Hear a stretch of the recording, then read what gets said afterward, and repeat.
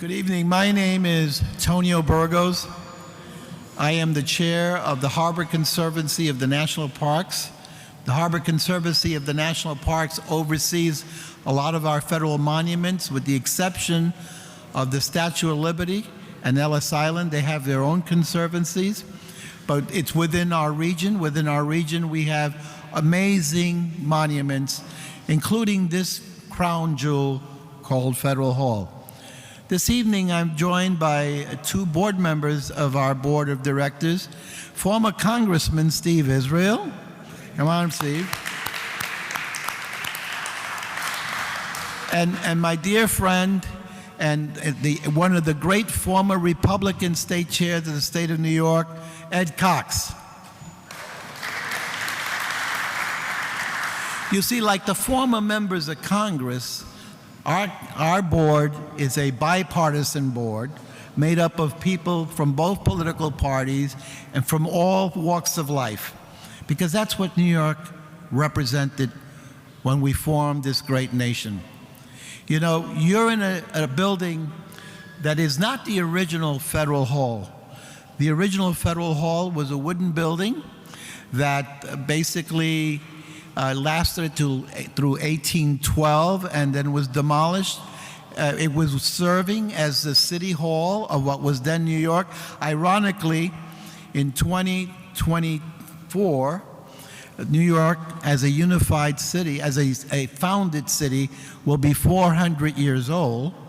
And in 2026, on July the 4th, we will be celebrating our nation's 250th birthday. So coinciding with that, I'm sure all of your kids and grandchildren will want to know, come to New York and New Jersey, because we're going to be hosting the World Cup of soccer. So we hope. America 250, as you know, Congress sanctioned in 2017 a commission that is in charge of celebrating that 250th celebration of our nation's great history. And it designated 4 cities, 4 host cities. Obviously, the commission, with 5 members from Massachusetts, had Boston. The commission, with 5 members from Pennsylvania, they had Philadelphia. And you know, there were suburban cities of the city of New York, but we understand that. But then they added Charleston and New York. And it was supposed to be, and it is representative of the 13 original colonies that founded the 13 original states. And we hope that Federal Hall, which will soon be named a national signature site, will be one of those places in which we celebrate this incredible moment in history. In 2026, that signing of the Declaration of Independence was the document that united us as a nation. And you know, a lot of people don't know this. The largest naval armada ever assembled was the year that the British Marines got here in 1776. No bigger armada was formed till we went to Normandy in that great war of World War II. And George Washington had just gotten delivered the document known as the Declaration of Independence. And we had our troops lined up in Bowling Green, and he read the Declaration to them as this fierce armada was coming towards us. Now, we're not going to rewrite history here. We got our butts kicked in Brooklyn. It's something like the Brooklyn Dodgers. We always lost in Brooklyn.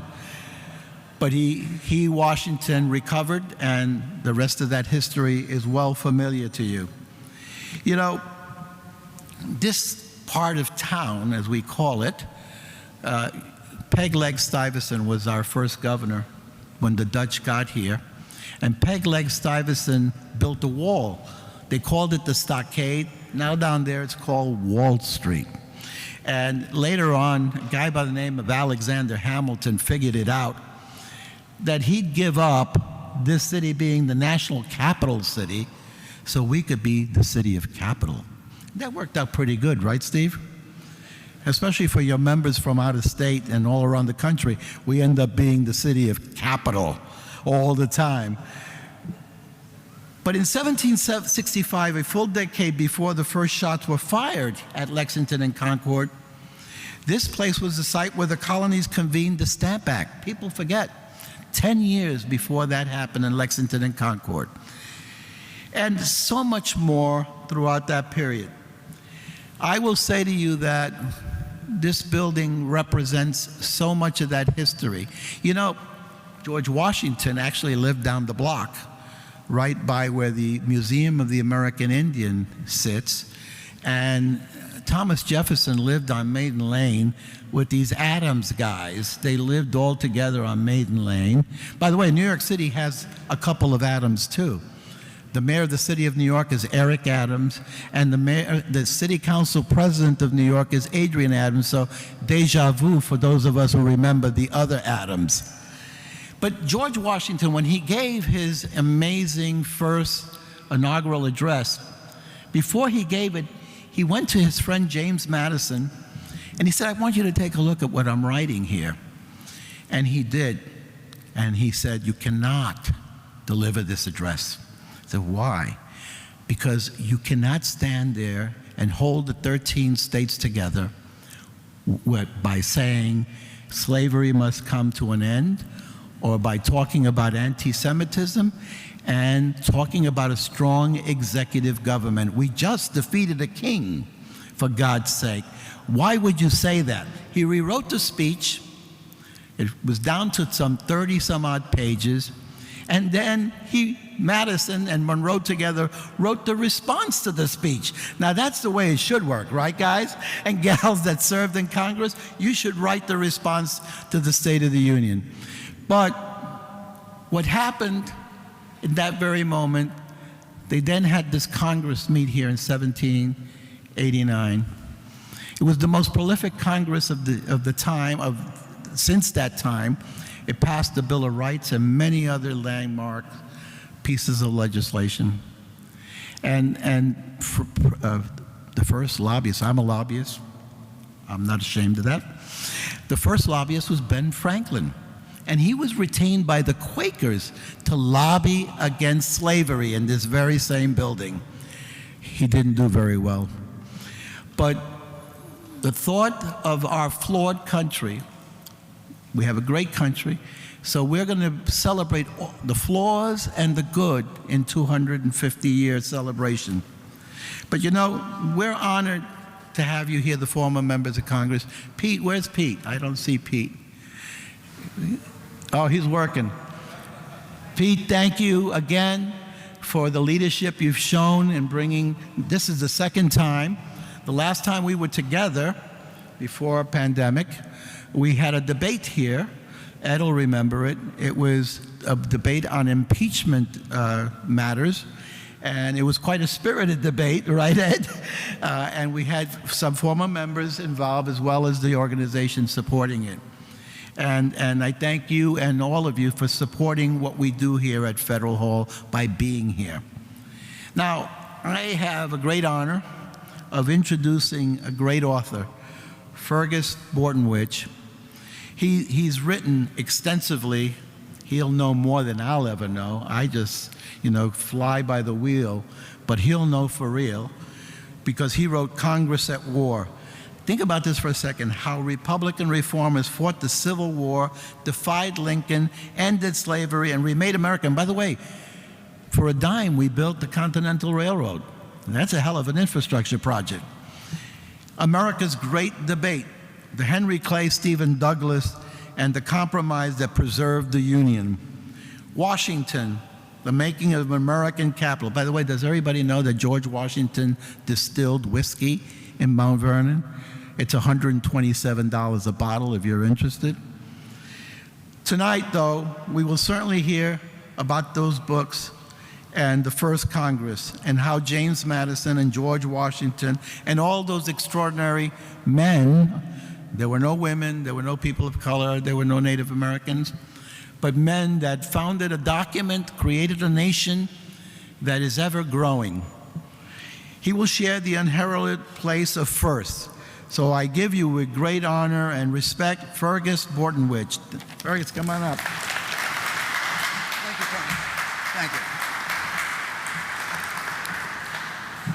Good evening, everyone. James Baldwin once wrote, "History is not the past." History is not the past, it is the present. We carry our history with us. We are our history. And first, I want to thank Pete Weichlein and former members for inviting me to say a few words about the first Congress. And to say it here in this wonderful space, which as a New Yorker I'm familiar with. And I've always admired, but as you just learned, this is called Federal Hall euphemistically because it wasn't Federal Hall, but it's the site of Federal Hall. And this is an immensely rich site, redolent of importance in American history. And though I'd rarely use this kind of term, it's as close to a sacred site, a political sacred site at any rate, as this country has. We're standing on the site where the first Congress met. James Madison and countless other founders participated in debates here, fought each other here. George Washington, of course, was not a member of Congress, obviously, but he was here many times, usually rather grumpily. And unarguably, I think, it's one of the most significant historical sites in the United States. The House of Representatives met approximately where we are tonight, in this part of the building that then stood here, which was not nearly as magnificent. It was made of brick, but it was the grandest public building in New York at the time. And the US Senate met on the second floor, hence the upper house, because it was upstairs. It was nothing more, it had no other implications. It was just up there, okay? We think of Philadelphia as the birthplace of American liberty, and Philadelphia obviously has a pretty good claim in that the Continental Congress first met there, the Declaration of Independence was signed there, Constitutional Convention took place there. But this site where we're sitting, Federal Hall, is the birthplace of American government. The government that we have today. It began here. It's where the government that was created on the basis of the sketch that was the US Constitution. The Constitution didn't create government. It was an idea for government. It laid out a plan for government. The government was created by the first Congress, who did all the political work that was necessary to make those ideas that reside in the Constitution into actual institutions. And the machinery of government was invented here in the first Congress. It's only outlined in the Constitution. And when I speak about the first Congress, bear in mind it was Plan B, the constitutional plan. The Constitution was Plan B. Plan A was the Articles of Confederation, and it failed. There was no Plan C. There was no Plan C. If this didn't work, nobody knew what was going to happen. The degree of anxiety that infused the members of the first Congress was intense from Washington on down to the least consequential and least sober member of the House or the Senate. And, you know, these institutions that became our government didn't spring like Athena from Zeus's forehead. wholly formed. They took 2 years of highly creative and contentious politics to accomplish the job. And the words creative and politics don't often come together in American speech, but it required, and always requires, including in every Congress that each one of you was a member of, it requires immense creativity that is grossly unappreciated by a lot of the American public who don't see the machinery at work very often. When the first Congress met here, and this was in March and April of 1789, the challenges facing the country were immense. Bear in mind, the country was barely a country at all. It was a shaky collection of 11 sovereign states because North Carolina and Rhode Island hadn't yet even decided to join, which was especially with respect to tiny Rhode Island, posed a real bone of contention in Congress, and it was actually debated whether or not to send troops to the border to bring about regime change in Providence. Fortunately, that didn't occur. At any rate, opponents of the Constitution, the new system, were demanding rafts of amendments, more than 200, even a new constitutional convention to completely reinvent the system and basically destroy what had been done by the Constitutional Convention that we always refer to. The government had no reliable source of revenue. There were more than 50 different currencies in circulation. There was no permanent seat of government. Sectional suspicions were intense. There were fears, well-founded fears, that the West, and when we speak of the West in 1789, it's west of the Appalachians. We're not talking about Wyoming and Montana here. That the West would break off into another country, or maybe even several. Quakers and some others were demanding an end to slavery. Southerners, meanwhile, threatened secession if government dared to tamper with the peculiar institution. And they threatened secession in precisely the same kind of language that was used in 1860 and 61. Even many members of Congress doubted that the government would even survive its birth. James Madison, and this is one of the most telling remarks that Madison perhaps ever made. He wrote this in a letter, memorably: "We are in a wilderness without a single footstep to guide us." James Madison, who was, in a sense, the closest to the embodiment of a guiding spirit that the first Congress had. I'll speak of him again in a minute. Madison feared that no one would show up. And if you read his letters, and I want to mention parenthetically, because some of you may already be aware of this, there was a marvelous project, the first federal Congress project, which was founded as long as 50 years ago and just recently completed the 23rd volume of the collected papers of the first Congress. It is not online, unfortunately, but it makes fabulous reading for anybody who really wants to know what the founders were talking about when they were trying to do the work. Anyway, Madison feared that nobody would show up.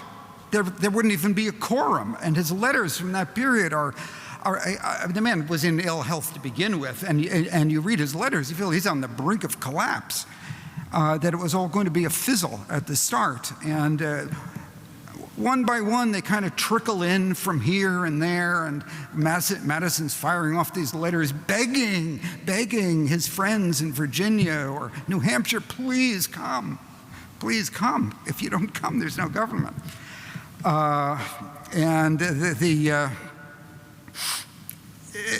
It wasn't the same in 1789 as getting on a flight and being here in a couple hours, or getting in your car in Connecticut or New Jersey and just driving over here. And one poor member from Virginia, I think, didn't show up, and it turned out, as one learns in the letters, that he had been both shipwrecked and land-wrecked. Trying to get here, his boat sank off Sandy Hook, you know. But he got here. Well, then he died, but anyway. Anyway, the first Congress achieved perhaps the most prodigious output of any single Congress in American history. And just to summarize it in the briefest way, it established the executive departments, the federal court system, the first revenue streams for the national government. It approved the first amendments to the Constitution, boiling those 200 plus down to 12, but 2 of them didn't make it. It's another story, which I'm not going to go into what became the Bill of Rights of first 10. It adopted a program for paying the country's debts and embraced the principles of capitalism as the underpinning of government financial policy. It founded the first national bank and established the national capital on the Potomac, and a great deal more. I should say that the debate over where the capital was going to be was intense. There were 32 different sites proposed, all with their own advocates.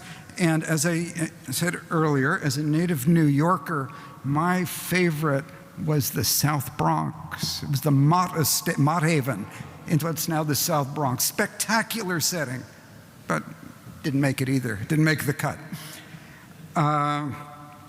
Anyway, none of this was foreordained. None of these achievements, you imagine, well, of course this is what they had to do. Well, they didn't, actually. It's what they struggled to do. The members of the first Congress weren't demigods. They certainly didn't regard themselves as that, and they never expected anyone else to either. The great majority were, surprise, professional politicians, and most were lawyers. They were overwhelmingly pragmatists. None of them were ideological zealots. One or two of them were frankly a bit crazy. James Jackson, a Georgian, was reported to have, I couldn't prove that he actually did this, but I'm inclined to think he did. He pulled out his gun and shot it out the back window here, to make a point. And the Senate upstairs would close its windows and say, oh, it's Jackson again down there. And there were members who were better known for frequenting local taverns than they were for showing up for business. I don't think this is unique. I mention this simply to make the point that these were human beings. They were not demigods. They were the kind of men and had women, one could have said women, but there weren't any, that you know today, who become members of Congress, who commit themselves to public service. They were the same kinds of people. And that's crystal clear in the letters that they're writing to each other. James Madison, as I said a few minutes ago, stood out as the leading figure, especially during the first session. He was, in effect, the floor leader in the House in the absence of majority and minority leaders, whips, and any structure of seniority. None of that existed at the time. He was recognized by almost everyone as the foremost interpreter of the Constitution because he wrote quite a bit of it. And he was a brilliant parliamentarian. It's extraordinary to kind of watch him at work through the records of that first Congress. And he had the complete confidence of the most charismatic man in the United States, George Washington. And Washington, I think it's important to point out, had no program for his first 100 days. That term is a coinage of the 1930s. Okay, that's a 20th century concept. He had no agenda of his own to advance. In fact, he was figuring out the presidency as he went along. And when his hands trembled at the inauguration, right over there, second story balcony, and people could see his hands trembling. It's not a myth. It was for good reason, because he didn't know what was going to happen. He didn't know if he could handle it. Fortunately, he proved to have exactly the right stuff for the moment. And anyone who really studies that Congress or the period will always come out with an even higher estimation of Washington than he went in with. The real engine of government, therefore, was not in Washington's office at his home, mostly on Cherry Street, a little further up, under what's today one of the pilings of the Brooklyn Bridge. Yes, he also lived down here at Bowling Green, but mainly up there on Cherry Street. It wasn't in the president's mansion. The real decisions were made here. They were made by Congress. Congress was the driving engine of government, as it was through most of American history, incidentally, not to get off topic. This is where the real decisions were made, plans for the country proposed, and where all the fundamental conflicts were hashed out. And I would hope that it really doesn't need underscoring for you. Congress didn't accomplish anything with a group hug. The founders of the 1780s and 90s were not particularly fuzzy guys. They did what they did mainly through pragmatic, sometimes shameless deal-making of the sort that is ritually disparaged by both ideologues and idealists today, and sometimes, necessarily, by the suspension of personal principles in order to get things done in the public interest. I want to quote Louis-Guillaume Otto, who was the French ambassador at the time, who was one of the most acute observers of the first Congress. Wonderfully quotable guy, but I'll spare you all but one. He wrote, "The intrigues, the cabals, the underhanded and insidious dealings of a factious and turbulent spirit are even much more frequent in this republic than in the most absolute monarchy." Well, the turbulence that astonished him and that he was describing was simply Republican government at work. This was democracy at its birth. And it was the passions of partisanship and the imperatives of public service that members were thrashing out as they do to this day. And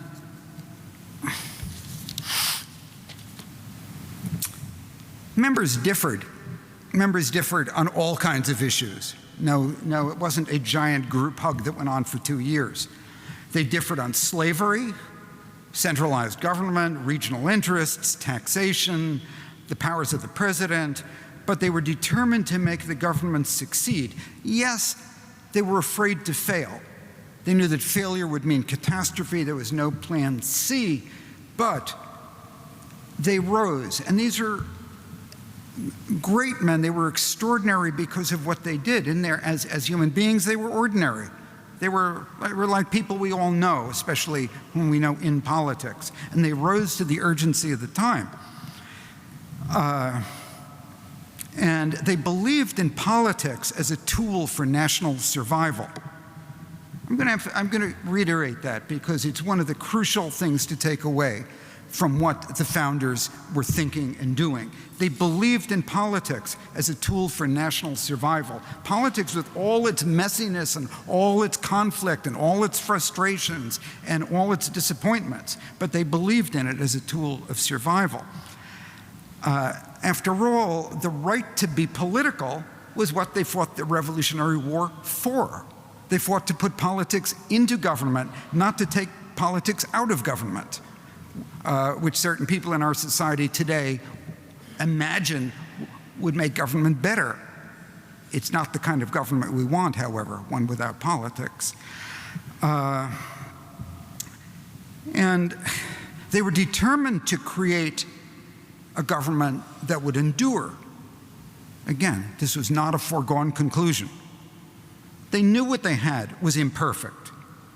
One could cite any number of compromises, the 3/5 compromise in the Constitution, and other ones, compromises over the amendments, which were legion.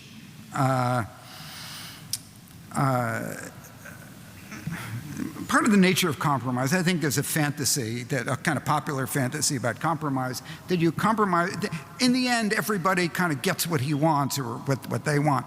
and then they feel better afterward. I don't know, my observation of compromise is that most people are kind of angry afterward because of what they didn't get, and relief that at least they got through it. They knew what they had was imperfect, but they created a machine that could fix itself, that could reform itself, that could modernize itself. That's a term, that's an anachronistic word to apply, but it's something they were talking about. And there were no originalists at the origin, so to speak. I'm saying that pointedly, obviously, that no members of the first Congress thought that things could never be changed, could never be made better, could never be created anew. They made sure that it would take a hell of a lot of work to change anything. That's true. But they believed and they knew, and Madison is on record very eloquently speaking of this, that government could make itself better through the process of amendment, constitutional review, legislation, nitty-gritty committee work. The tough, grinding committee work that really often is what changes people's minds, or at least exhausts them. They also knew that public faith in democratic institutions was more important than any single issue. And they knew that it takes experienced politicians to shape the compromises that will always be necessary to keep the country together and to move it forward.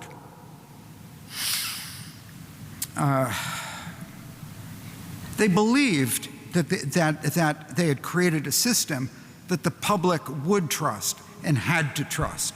And for most of our history, the public has trusted it.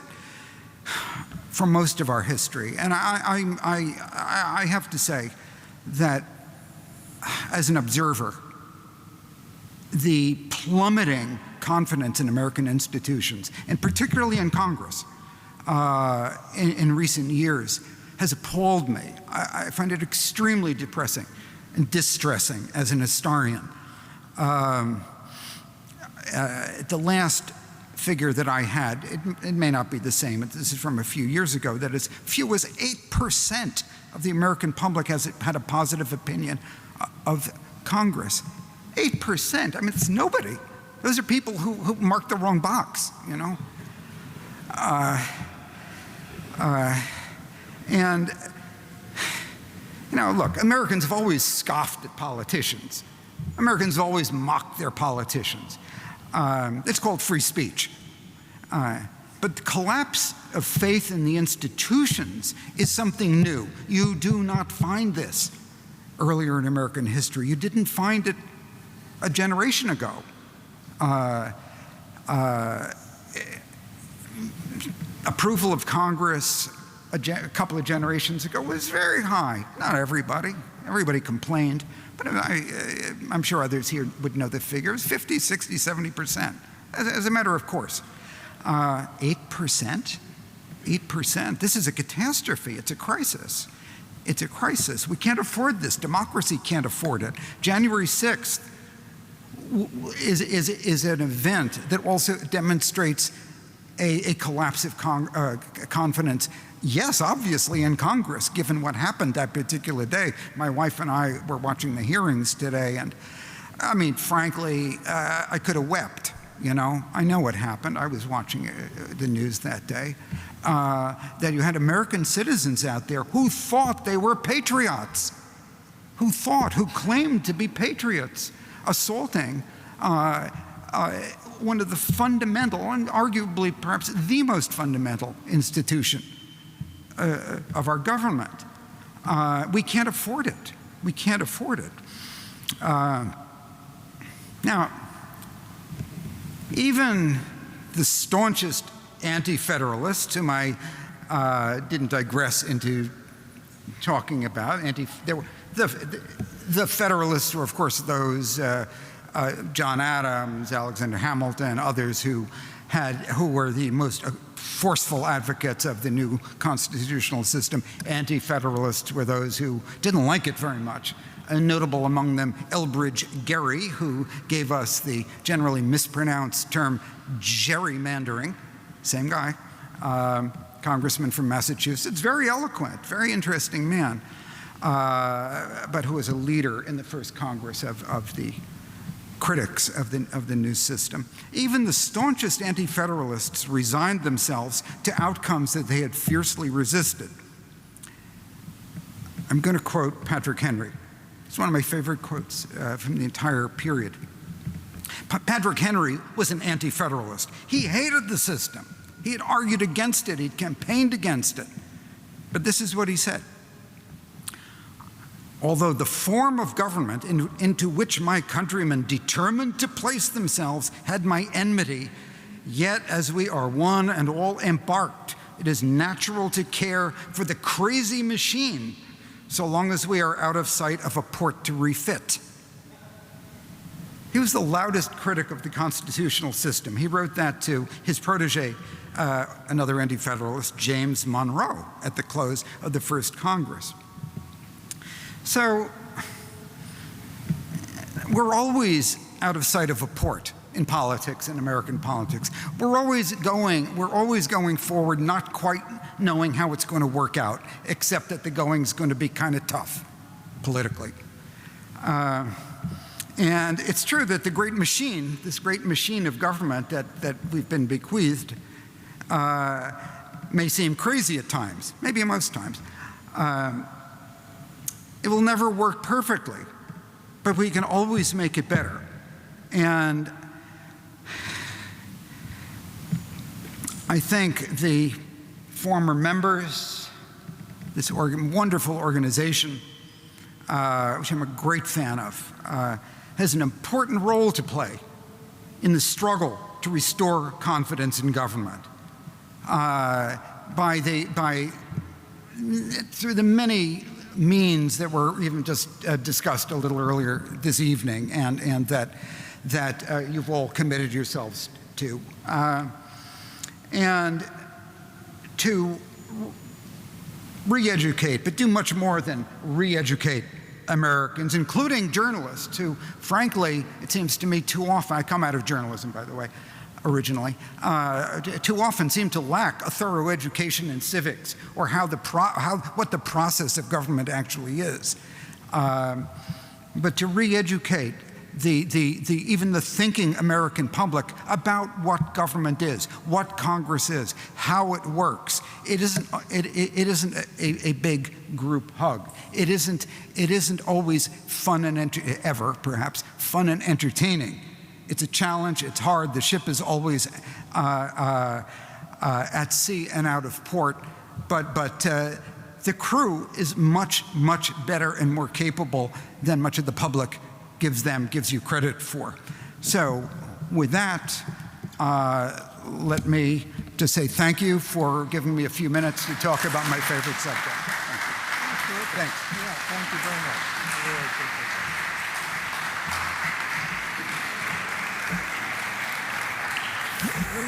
it. Fergus, thank you very much for that. That was a great book. I read the book beforehand. I'd advise it to anybody who really has an interest in the Congress and an interest in our national history. But please, let's give another round of applause to Fergus Bortenwich. Thank you, Fergus.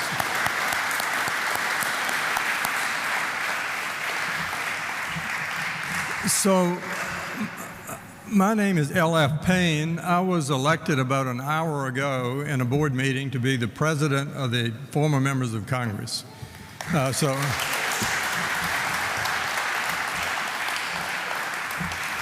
Someone said that I am the second Virginian ever to be inaugurated as president in this building.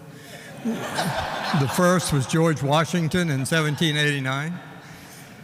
So it's a big deal to me to have this job, and I want to thank all my colleagues who voted for me, and I do very much look forward to it. I did want to thank Tonio and the board for allowing us to be in this wonderful venue, in this wonderful room. Thank you for hosting us. Thank you to AARP, who's been such a good partner for us and has supported us in this endeavor and many others. And tonight, I have the opportunity, as my first action as president, to bestow on two distinguished members of Congress an award that the former members of Congress bestow from time to time on people who do something that's unusual. And that is, these are people in the Congress or former members of Congress who actually do extraordinary things that are helpful to the institution of the Congress. You heard Fergus talk about the condition of the institution of Congress, and today I think all of us are looking at how it is that we can help the Congress and to have people understand it better. And there are people in the Congress who are doing some very special work. And the two people who we'll recognize are current members of Congress, Derrick Kilmer, who is the chairman of the committee, select committee to modernize the Congress, and William Timmons, who is the vice chair. And I'll ask them to come up in just a minute, but let me just tell you a little bit about this award. This is called our the award that we give to people for distinguished service, so it's the Distinguished Service Award. And this award has been given to a number of people over the years. It's given not every year, but when people do special things. You'll recognize some of the names of recipients: Gerald Ford, Tip O'Neill, Bob Michael, Tom Foley, all have gotten this Distinguished Service Award. And I think in terms of what Congressman Kilmer and Congressman Timmons have done, it's not only that they are in charge of a select committee that's doing a lot, and they'll talk about that in a few minutes, that is really helping the institution of Congress and making it more effective. But they're also doing this in a way, excuse me, in a very bipartisan way, which is really a model for all the other committees in the Congress to have a look at and determine how they might change it up a bit and do something like the two congressmen have done. So I'll ask them both if they might come to the stage at this time, and let me tell you a little bit about them as they come up. Derrick Kilmer. Thank you. Yeah. So Congressman Kilmer is in his first term. He's a native of the state of Washington and represents the state of Washington, a district in the state of Washington. He is a graduate of Princeton, where he has a BA. He was a Marshall Scholar and has his PhD, and his thesis had to do with comparative social policy. He has a PhD from Oxford. He worked in the consulting firm McKinsey & Company for a number of years, and also was in the Washington State Legislature. And he did all this before he came to the Congress. Congressman Timmons is in his second year, one of the youngest people ever to be elected in the state of South Carolina to Congress. He is a graduate of George Washington University, where he has a degree in international affairs and political science. He has a master's in intellectual studies and a law degree as well from the University of South Carolina. He has a master's from NYU in cybersecurity strategy. He was in the South Carolina State Legislature before he was in Congress, and he is a captain now in the Air National Guard. So I would like, on behalf of all of the former members of Congress here, to bestow upon the two of them the Distinguished Service Award for the terrific work that they've done on behalf of the United States Congress. So, Pete.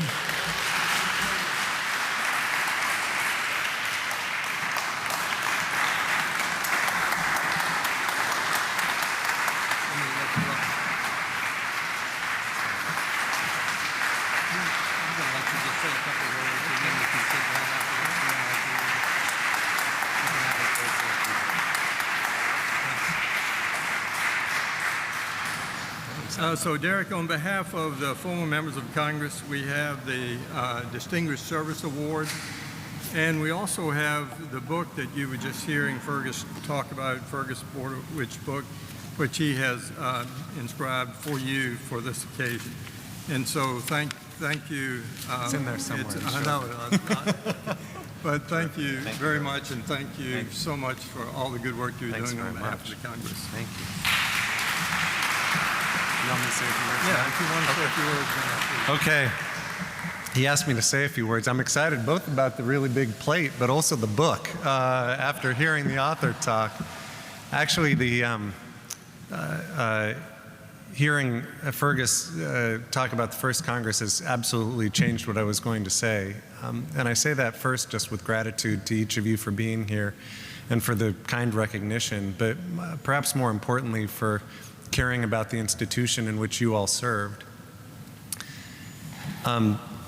54 years ago this month, 220 miles from here at Cornell University, John Gardner gave a graduation speech, and he spoke about the importance of being what he referred to as a loving critic.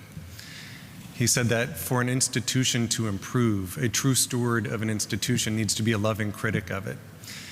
It cannot deny it. It can't be an uncritical lover, denying the sort of nourishment of criticism needed to improve an institution, to make it, to enable it to fulfill its promise. But it also can't be an unloving critic, where it just treats the institution like the piñata at the party, which is good for demolition, but not good for growth. I think part of my excitement about the work of the Select Committee is that this whole effort has been surrounded by loving critics of the institution. Certainly the former members of Congress are part of that. We have a terrific staff, many of whom are here, who are loving critics of the institution. There's an extraordinary group of stakeholders called the cohort that has been engaged with us. They are loving critics of it. And I've had the pleasure of being able to work with two terrific tag team partners. One, our former colleague, Tom Graves, who was vice chair of the committee in the last Congress, and William Timmons in this, both of whom have been extraordinary partners in this undertaking, and for whose partnership I'm very grateful. And thank you again. I look forward to the conversation and very grateful for the recognition. If you want to just grab either side, please. And I'll actually read this one. The former members of Congress, the 2022 Distinguished Service Award presented by the former members of Congress to Vice Chair William Timmons on June 16, 2022. Thank you. Thank you. Congratulations. I won't try to find it. Thank you. I'll be brief so we can get started with the conversation, but I just want to say, one, this is very special to be here. This is just such a historic building, such an incredible, the architecture is beautiful. And it's an honor to be before the former members. I've been working really hard for the last 3.5 years. I've been doing the best that I can to make an impact. My campaign slogan was, Washington is broken. And I got up to DC and I was like, oh, that was a good campaign slogan. But I still have hope. I served for the first 2 years with Chair Kilmer and Vice Chair Graves, and they showed me that there is hope. There is hope because the Select Committee has been working very hard to heal the institution, to try to mend the dysfunction, to try to get us back into what I refer to as our objective, evidence-based policymaking in a collaborative manner from a position of mutual respect. We don't do any of that right now, but we can. And the Select Committee has proven that we can. And if we can do it, Congress can do it. And we appreciate y'all's support of our endeavor. And we've made a lot of progress. We got 6 more months to go. And again, it's an honor to be before you. Look forward to the conversation. Thank you.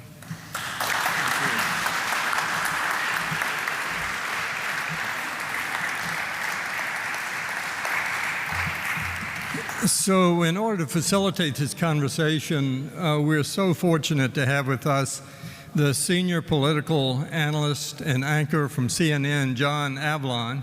John is a very noted journalist. He was the editor of the Daily Beast for a number of years and did an incredible job of growing that publication, won many awards as he did that. He's also a very well-known author of a number of books, but his latest is Lincoln and the Fight for Peace, a book that is just coming out this year. So please welcome John Avlon. Thank you, John.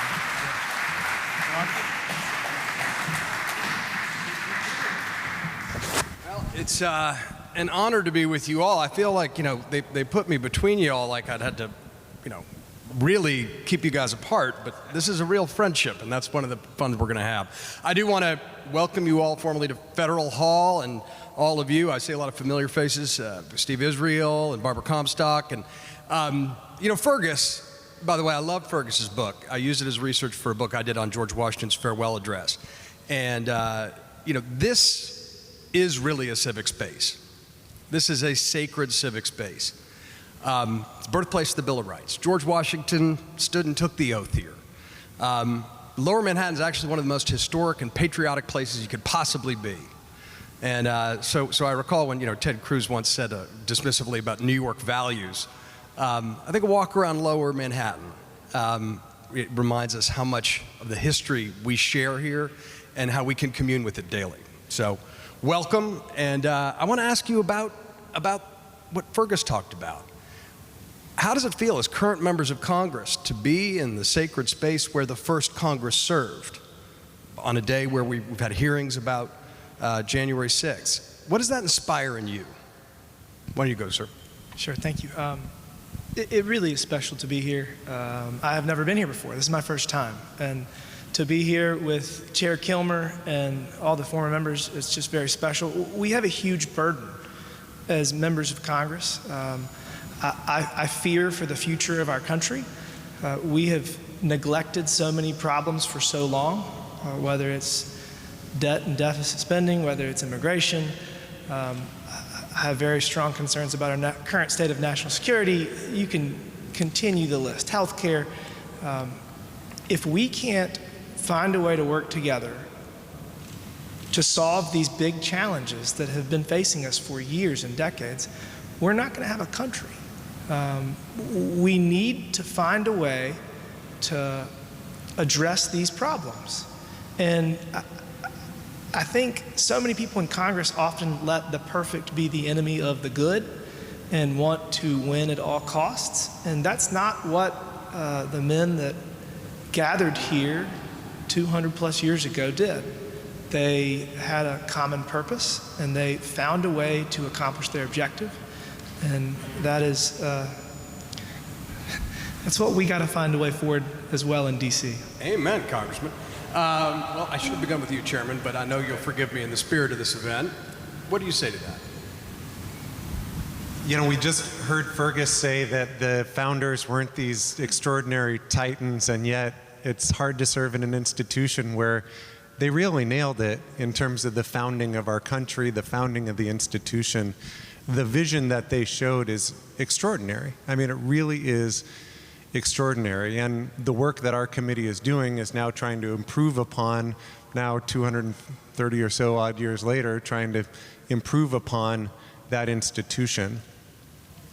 I also think, and as I sit here in a room with former members of Congress, since 1789 up until January of this year, 10,427 Americans have served in this institution. And that is somewhat of a goosebump causing statistic, right? Each of you places yourself in that history and has to think about your role in it. And part of the work that William and I are doing and that the members of our committee are doing are trying to ensure that for those who come after us, we're trying to clean up the campsite a little bit. Well, and God bless you for it. I mean, I have to, sort of in the spirit of writing a MASH note, the work you all are doing is important. It's detailed. It seems to be getting done. I wrote a reality check about it on CNN a few months ago just because it was a sign of hope and progress. So tell me, what caused y'all to get together and have hope that you could actually get something done in such a divided, dysfunctional environment? So maybe I'll say a little bit about the genesis of the committee, Please. and then I'll talk a little bit about why we took the approach we took. So this all started about 4 years ago with a conversation about House rules. About 6 months before the election of 2018, people realized we're in a unique moment because we don't know who's going to be in the majority and who's going to be in the minority, which is a good time to think about how to refresh the rules when you don't know whether you're going to benefit or be advantaged or disadvantaged by rules changes. So we had a group of members, Democrats and Republicans, who actually started these conversations around thinking about how would we want to change the rules package. And we kept having issues come up that weren't really rules issues, right? The fact that we have massive outflow of staff. We really struggle as an institution to recruit and retain staff. Not really a rules issue. The fact that we're an 18th century institution using 20th century technology to solve 21st century problems, not really a rules issue, right? That's a technology issue. So we basically created this grab bag of other stuff that we're like, at some point, someone ought to look at this other stuff. And so we kind of put it in a big circle around it, and then realized that if you look at the history of the institution, about every 20 or 30 years or so, Congress realizes things aren't entirely working the way they ought to, and they create a committee to do something about it. And that's why in that same rules package, following the election of 2018, this committee was created. And we were assigned a bunch of topics, and then there were some things that we decided to work on that we weren't assigned. The approach that we took, and started with former Vice Chairman Graves, is very different than what most committees in Congress have done. In that we decided, the first thing that happens when you get a committee is you get the committee budget, and you do easy math. Democrats get their half of the money, Republicans get their half of the money. Democrats use their half to hire people with a Democratic background who put on blue jerseys, and Republicans use their half to hire Republicans who put on red jerseys, and then they spend the rest of the time fighting with each other. And I approached Tom Graves before our committee kicked off and said, crazy idea, what if we don't do that? What if we just collectively hire one staff? Some of them will be Republicans, some will be Democrats, we'll both be involved in the hiring decisions, and they'll all put on jerseys that say, hey, let's fix Congress. And to his credit, he said, great, let's do it. And to William's credit, he said, sure, let's keep doing it. And if you watch one of our committee hearings on C-SPAN, you probably have too much time on your hands. But if you watch one of our hearings on C-SPAN, you'll notice a few things. We function very differently. We don't sit with Republicans on one side of the dais and Democrats on the other. We stagger our seating. So when you hear a witness say something cool, you lean over to the person next to you who happens to be from another party and say, hey, that's kind of interesting. Why don't we do something with that idea? We don't even sit on a dais. I don't know about you, I've never had a good conversation speaking to the back of somebody's head. So what we do is we sit around a round table and we look each other in the eye and we try to figure out how to move things forward.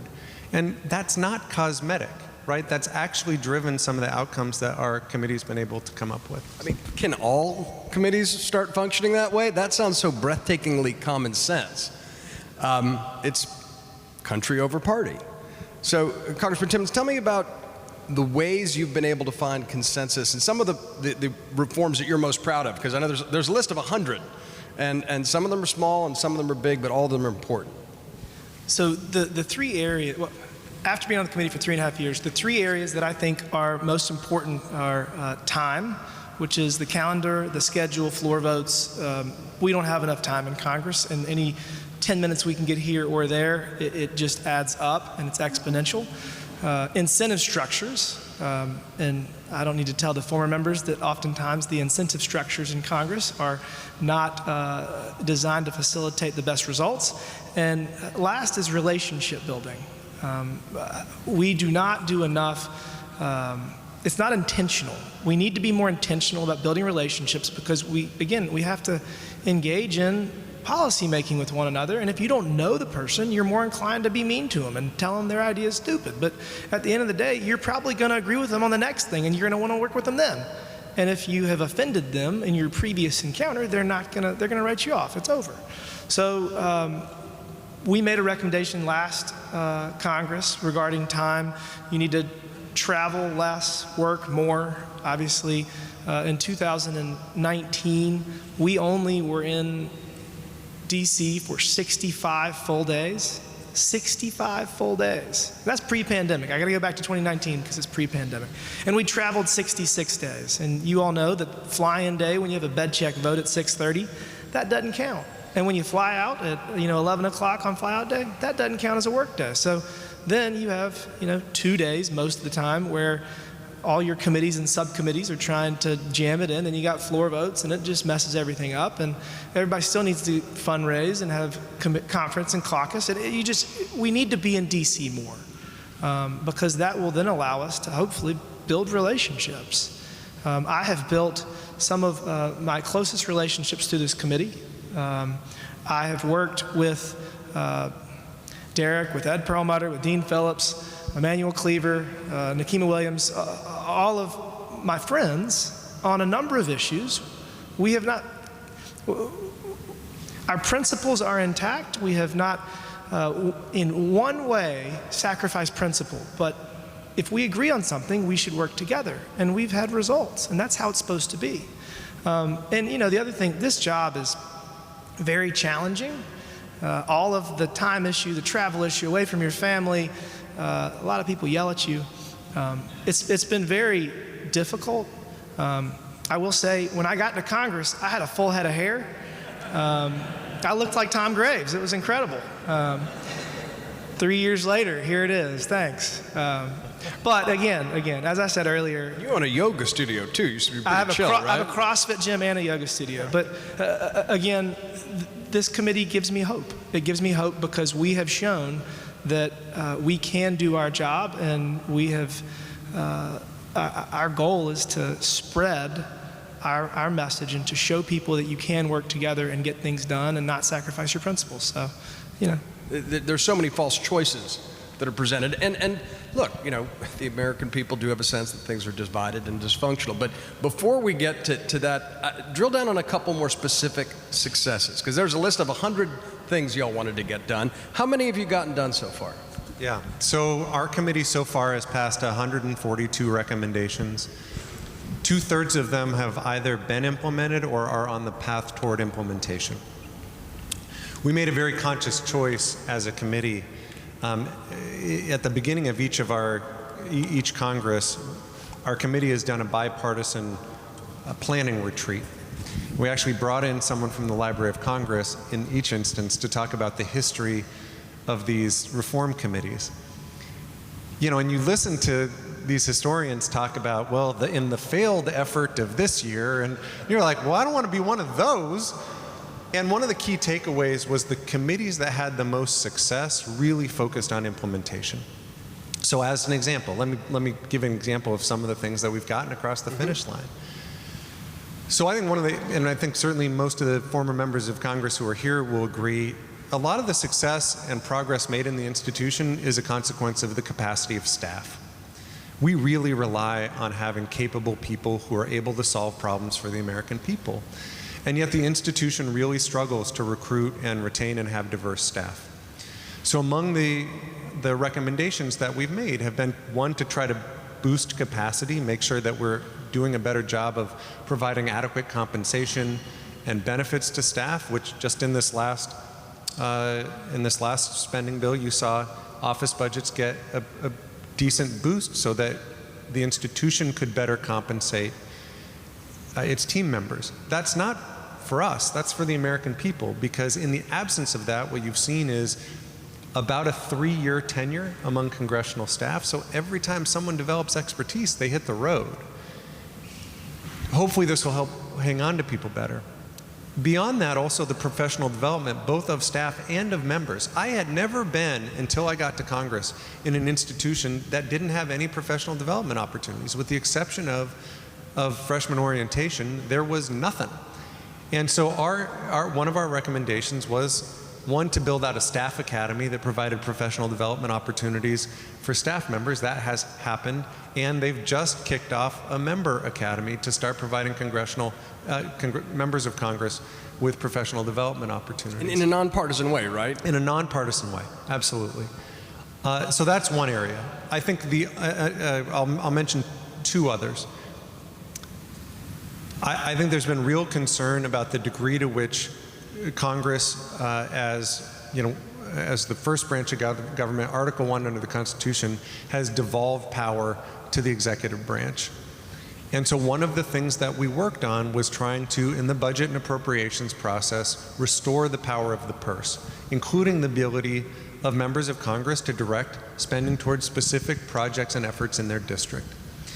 Recognizing that there had been a flawed process previously, the old earmark process, we said, let's not replicate that. Let's have a new process that restores Article 1 authorities, but has a greater level of transparency, that has a greater level of efficiency, that has a greater level of accountability, and that is limited in scope. And our committee made that recommendation, and the appropriations bill that was passed 2 months ago includes for most members, projects and investments in their district. And what that means for me as a member is, 2 affordable housing projects getting built in Tacoma, and 3 coastal tribes that are getting washed off the planet being able to get some federal help to try to move to higher ground. That's what we're talking about. And the third area that I will mention is, along the lines that William mentioned. We ended up really double-clicking on issues related to civility and collaboration within the institution. That is not a topic we were assigned. But the reality is a lot of the challenges that bedevil the institution are not the consequence of rules. They're the consequence of norms. I came out of a state legislature where every bill was taken up under an open rule.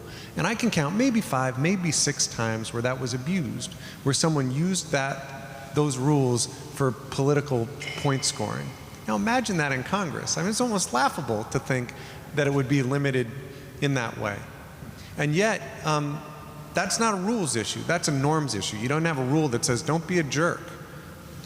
And so part of the work that we've undertaken is trying to figure out how do you foster a more civil and collaborative environment. So I'll give you a quick example. We had a hearing where we invited in, and actually leading up to the hearing, we talked to everyone you can think of. We talked to political scientists, we talked to management consultants, we talked to organizational psychologists, we talked to marriage counselors. We talked to sports coaches. I thought about consulting an exorcist to think, how do you get an institution to not be the Jerry Springer show? So I'll give you a quick example. One of the most interesting conversations we had was with a former sports coach. And I said, what do you have when you have members of the team that are trying to torpedo the team? And he said, well, I cut them. I said, well, we don't have that option. And he said, well, I bench them. I said, well, we don't have that option either. And he said, well, let me ask you something. He said, how do you do new player orientation? And I said, well, we don't really have players. I said, but we do have new member orientation. And he said, how do you do it? And I said, well, that's actually a really interesting question, because if you talk to new members, what they will tell you is we do it entirely the wrong way. You show up for orientation and say, Democrats, you get on this bus, Republicans, you get on that bus.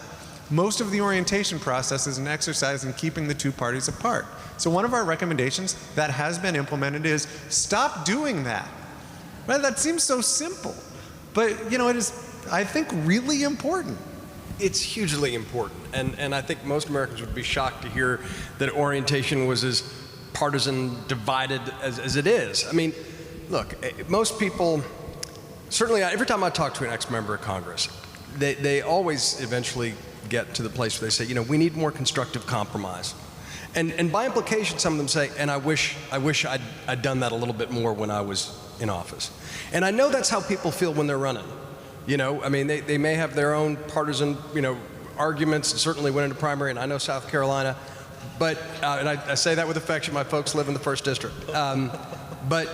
But what I'm wondering is, how does that perspective help you appeal to the better angels of your colleagues' nature when a lot of the gravitational pull and the incentive structures in your words drive people to be more divided, to not find ways to collaborate and compromise constructively for the country? I think it all comes back to relationships. I have great relationships with all of my colleagues in the Republican conference, and I do my best to build relationships across the aisle. If there's a very touchy issue and people are stepping out and they're getting aggressive in the media and it's causing problems for the rest of the conference, you go to them and you say, hey, have you thought about this? Can we work on this in this way? What about changing this or approaching this in a different manner? And if they're your friend, which hopefully they are, you talk through it and you find a way to move forward together.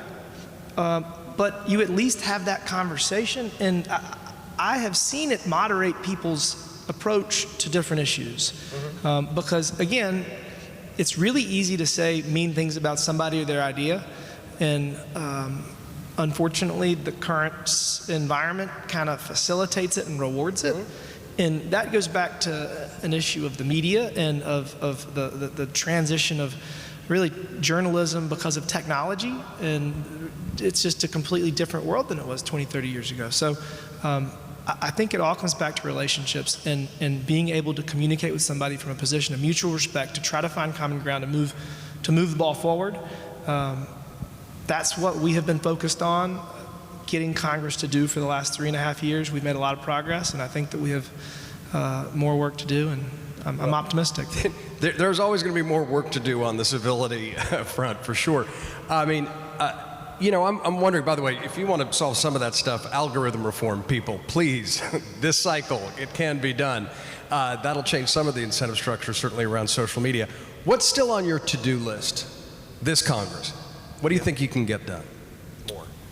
So we're at 142 recommendations. Our plan is to probably get to 200. We're looking at hearings related to technology, hearings related to constituent service that I think will drive some, and as a committee, we just yesterday or 2 days ago had a discussion about 30 recommendations related to everything from how do you improve how district offices are set up and how they can serve their constituents to trying to drive more evidence-based policy making.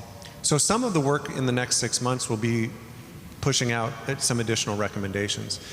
The other big thing, and I think... Do you think that'll get passed? I mean, yeah. Do you think it's need to be passed by the Senate as well, or is it just a purely procedural House? So we will, as a committee, pass these as recommendations, and then the question you just asked leads to the second piece, which is then we got to focus on implementation.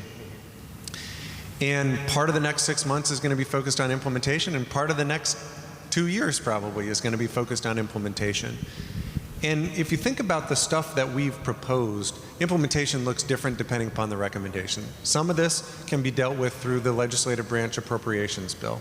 Some of this can be dealt with in the next rules package. Some of this can be dealt with by the Speaker. And you've seen, for example, a Speaker's pay order that did one of our recommendations to ensure that we could hang on to senior staff members. Some of this will require, so for example, we made as a committee about, I think, 8 or 9 recommendations related to reforming the budget and appropriations process, because I'll tell you what, in terms of issues affecting the Congress, that really hits my district. I represent, my biggest employer is the federal government. It's a naval shipyard. So when there's a government shutdown or continuing resolutions, it really sticks it to a district like mine. So we made 8 or 9 recommendations focused on budget appropriations process reform. That will require legislation that we're introducing that will need to pass the House, pass the Senate, and get signed by a president. So it depends. So we're going to keep pushing on all of these because, I keep joking, it's like that old Saturday Night Live fake commercial, the bank that only makes change, right? And their tagline is, we make change, it's what we do. And, that's kind of should be our committee motto. It's, our goal is not to make recommendations, it's actually to make change. It's what we do. I like that. Let me ask you, look, pendulum swings occur in off years. This is an election year, and I love that you're getting things done even in an election year. This subcommittee was created, it sounds like, initially when no one knew who was going to be in control. But if control of the House moves to Republicans next cycle, do you have the assurance that the important work of this committee will continue? Well, first, the rules package for the next Congress is going to get a lot of our recommendations through, and I'm hopeful that whoever the next speaker is will make sure it's a priority, because I think everyone agrees that Congress needs to change. That was too easy. It was right there. If you didn't swing at that pitch, it would have been disappointing. I am very optimistic that it's going to be a priority if the pendulum does swing, and we're going to be really focusing on making sure that the next rules package has as many of our recommendations in it as possible. Implementation has been a core component of this Congress, of our work together, and really over the next 6 months, we're going to be focused on continuing down that path, but also on making sure that the next speaker, whoever it is making this a priority.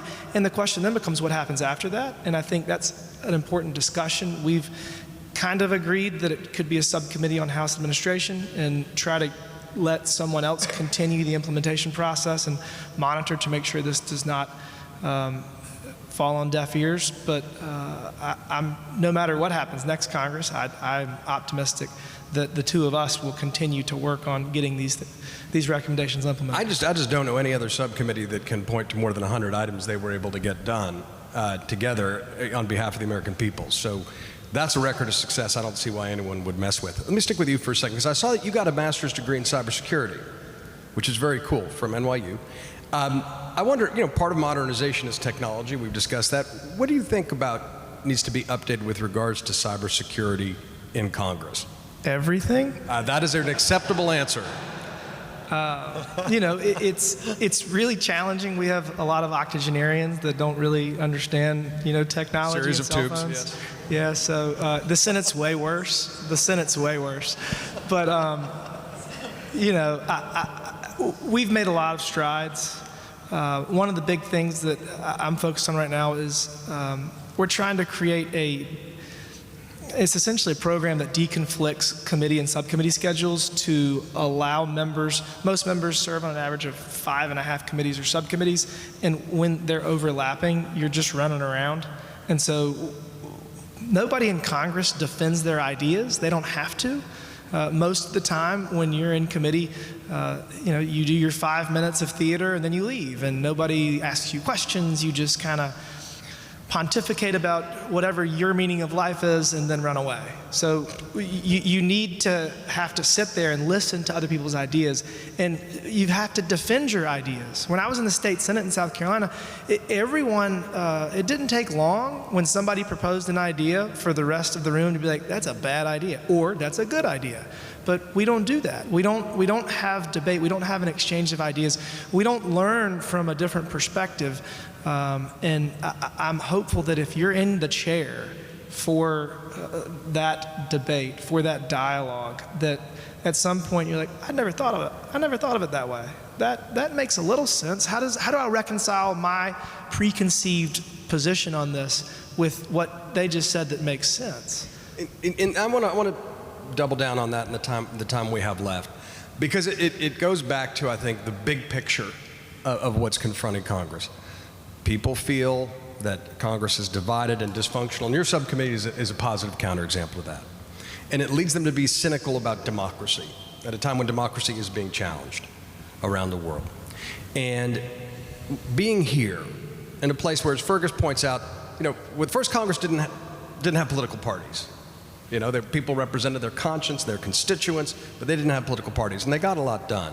What are the kinds of reforms, structural reforms, that you all think could be done to help heal the hyper-partisan polarization that's clearly killing our country? It is striking that there are a number of issues that aren't in the jurisdiction of the committee that we drive, right? That everything from how much social media divides us to the role of money in politics. I mean, Fergus just spoke about the first Congress that had members who represented 30,000 constituents. We'll represent between 700,000 and 800,000. It's really complicated, right? And particularly in a world of cable news and social media and all of that. I actually do think that there are structural reforms that are outside of our committee's jurisdiction, but that are important, including the role of money in politics. I think partisan gerrymandering, thank you for telling us the derivation of that. We have to have a system where voters choose their elected officials rather than elected officials choosing their voters. And I think you've seen in many states, districts get far more blue and far more red, and it makes the type of collaboration that you've seen out of our committee really challenging, because people say, well, I still remember my first week in Congress, I sat down with one of our colleagues. We had a group that went out, 2 Democrats and 2 Republicans sitting up at a burger joint on Pennsylvania Avenue. And about 45 minutes into the meal, I said, it seems like we ought to be able to get some of this figured out. And one of the colleagues who was with me just happened to be a Republican from the Midwest, but I could probably tell the story with a Democrat, but it wasn't. And he said, Derrick, I really like you. And he said, but here's what you don't get. He said, I won my seat by defeating a Republican incumbent. And I ran against him as not being conservative enough. He said, the first vote I cast when I got here was a vote against John Boehner for Speaker of the House. And I sent out a press release saying I voted against him because he's too compromising, too willing to work with Democrats. He said, and I was applauded in my district for that vote. He said, Derrick, I like you, but what you don't understand is my constituents didn't send me here to work with you. They sent me here to stop you. I walked out of that burger joint and I called up my wife and I said, I have 2 reactions to this. One, how incredibly honest, and 2, oh my God, right? Like, this is a real problem. And so I wish I could tell you that that the work of this committee could dramatically alter that. I will tell you, I think we have made some important recommendations that provide some targeted interventions to change up some of those incentives, but there are some big outside forces, including money in politics and gerrymandering and social media, that will still make the type of progress that I think all of us want challenging, and we got to get to those issues too. What's your take on that question? What are the big structural things you think need to get done? Go blue sky, but based in your knowledge of the institution. Should or can? Let's go should and then can. Let's do both. We have spent a lot of time trying to figure out why Congress is so dysfunctional. A term that I learned is conflict entrepreneur. And it's a terrible term, but it's very accurate. And so the question becomes, is the problem Congress or is the problem the country? And is the country this divided, or are the members of Congress doing something wrong? I actually think that the root cause of all of this is this. If you go back to the printing press, when it was created, it took generations for people to appreciate that some idiot can get a printing press and print something that's ridiculous and it's not true. But that wasn't the case. It took literally generations for people to say the printed word is no less accurate than the spoken word. And with technology, what we have seen is journalism is dying. The subscription-based model that our newspaper, print newspapers relied on has gone to the internet. It's gone to clickbait, and now you've got different media outlets that are catering to people that will click on it to then sell advertising. That's the model, and that model is not good. That model facilitates bad outcomes. That model creates an argument over facts. And, we literally argue over science. I mean, post-COVID, who's your doctor? Who's my doctor? They disagree. Scientists disagree. And so we've really entered this era where technology has given everybody a platform, and technology has allowed just ideas to be heard that may not be true. And it's hard to decipher what is and what isn't true.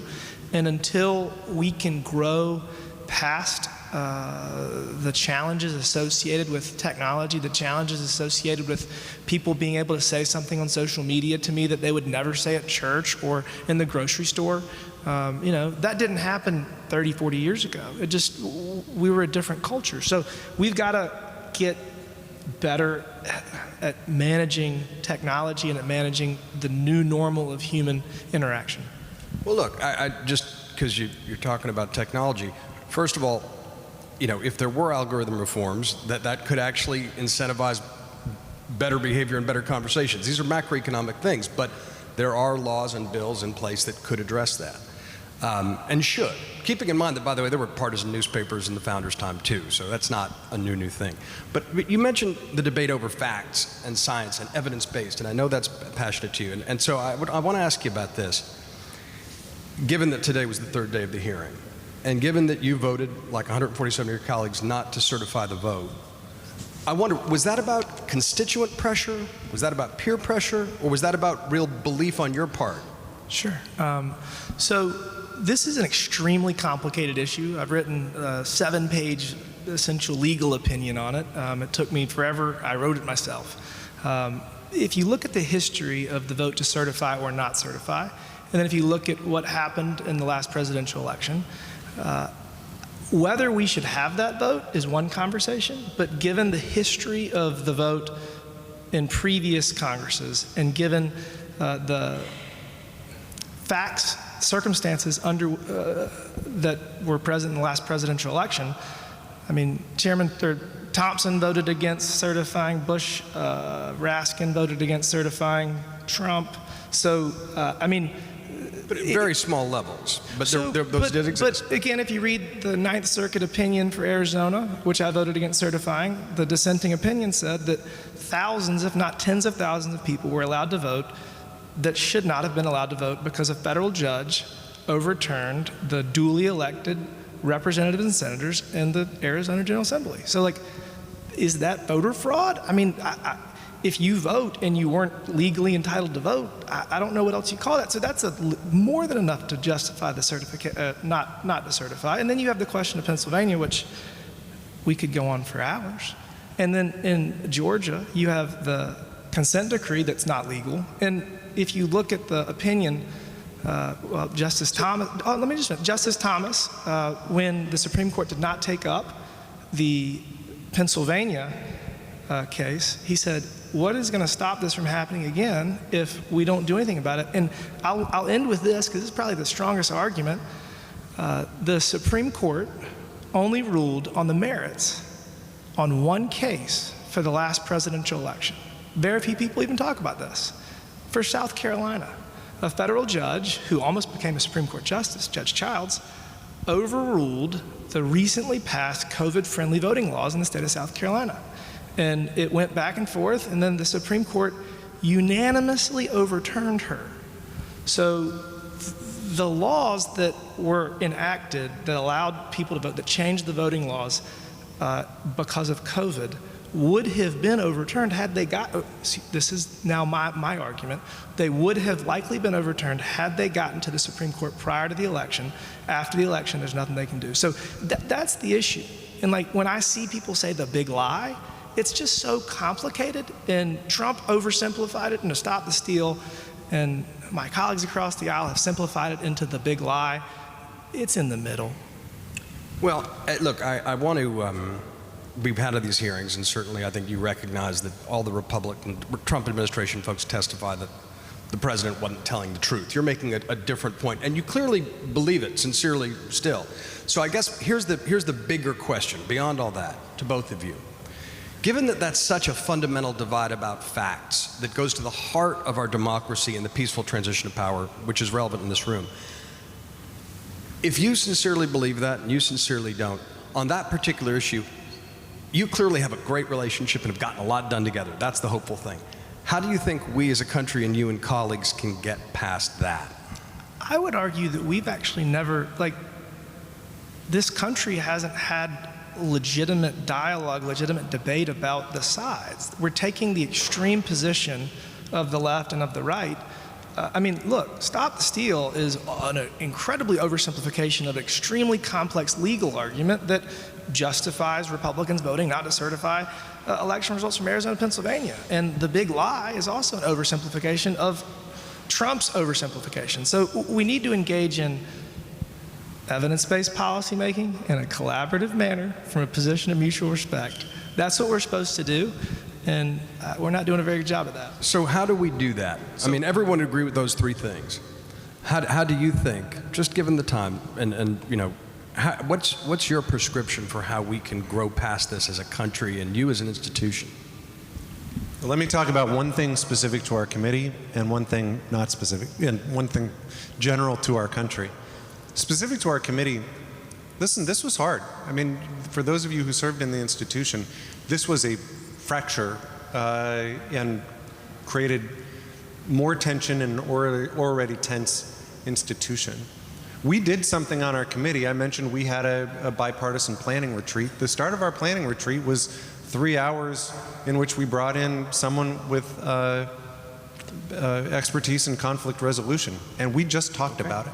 And we had an honest conversation about it, which frankly, I don't think has happened anywhere else in the United States House, but it happened in our committee. That's important. Because I didn't, you know, so at the start of this Congress, I sat down with every one of the committee members, and of the 11, 8 mentioned, I'm worried about how January 6th is going to play into the work of our committee, and whether it's going to be that argument you had with your spouse that 3 years from now, when you can't agree on what to have for dinner, it gets thrown back in your face. And so I thought it was important, and William agreed, that we should just have a conversation as a committee about it. So that brings me to the general point, and that is, I think we have to get better as a country about having tough conversations about things that we don't have full agreement on. You know, so I had 2 things happen earlier that happened last fall and into the winter. First, in my district, unfortunately, there was an attack on a number of religious institutions. We had the Islamic Center burned to the ground. We saw 2 Buddhist faith leaders get beat up outside their temple. We saw a church get vandalized, all within the span of about 3 weeks. And in the spirit of something good coming out of something bad, the interfaith community actually held the solidarity event to say that's not what we're about. And part of living in a religiously and otherwise diverse, pluralistic democracy is that we got to be able to live next to people who think and look and pray differently than we do without it coming to violence or conflict. It was really inspiring, and one of the faith leaders came up to me afterwards and said, you know, that was a really good hour, but if we were going to do this right, we would have an ongoing conversation within our community about these differences. And he said, just out of curiosity, is there any federal support for something like that? And I said, you know, not really. A month later, I got invited to the YMCA in my district, thinking they were going to talk to me about a Mike Quigley bill focused on gymnasiums that are losing money. That is not what they wanted to talk to me about. I got in there and they said, you know what, all of the conflict that we see on cable news, all of the conflict that you all see in Washington, D.C. has shown up in our YMCA. They said, we're literally having arguments, even fights break out over pick your red or blue issue.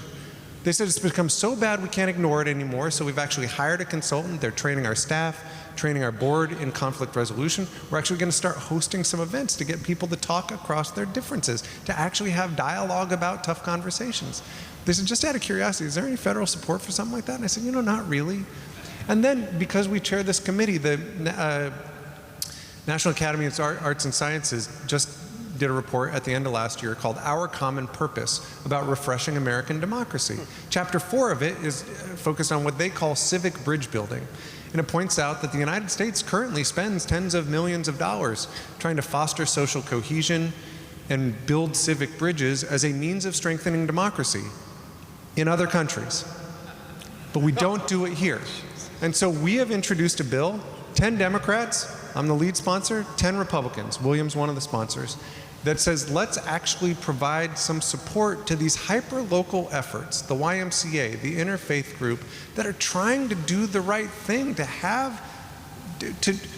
not have the Jerry Springer show, but rather to have dialogue across our differences. Our founders, as we sit in here, our founders did not presume that we were going to agree with each other on everything.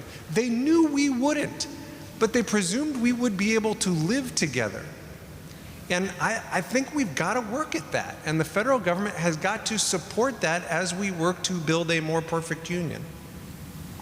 Look, that is, the fact you are both co-sponsoring that, the fact that you all embodied that conversation in this work, and the fact that you are getting so much done together and building real relationships and friendships is, in a cynical and divided time, incredibly hopeful, and people should take notice to it. and thank you for the work, and may that send forth more ripples of hope, and also more civic education, please, for places like this and for all of us. Thank you so much.